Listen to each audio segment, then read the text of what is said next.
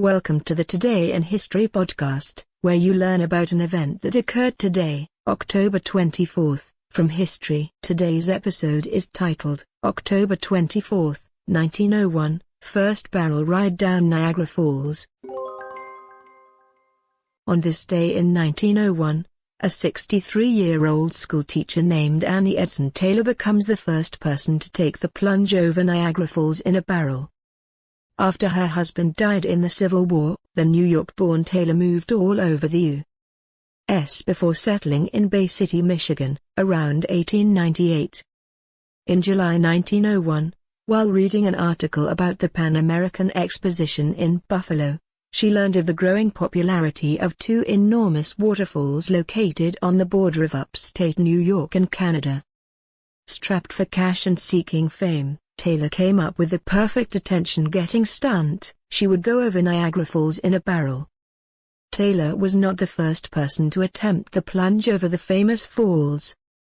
In October 1829, Sam Patch, known as the Yankee Leaper, survived jumping down the 175-foot Horseshoe Falls of the Niagara River, on the Canadian side of the border.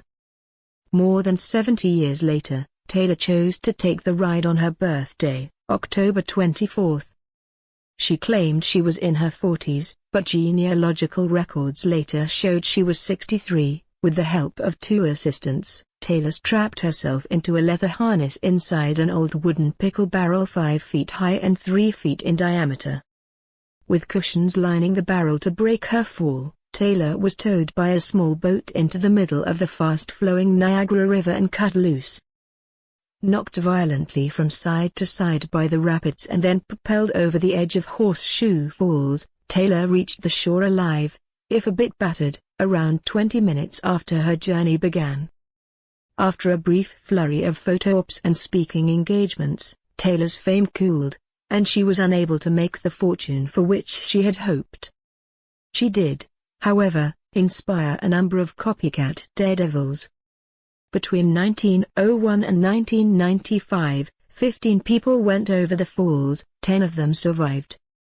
Among those who died were Jesse Sharp, who took the plunge in a kayak in 1990, and Robert Overcracker, who used a jet ski in 1995.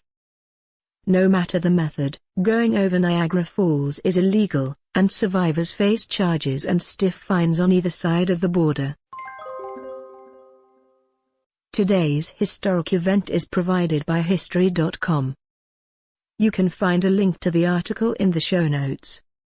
Help support the podcast by rating us on iTunes. One quick review goes a long way to keeping this podcast going. Thanks, and tune in tomorrow for an all-new episode of Today in History.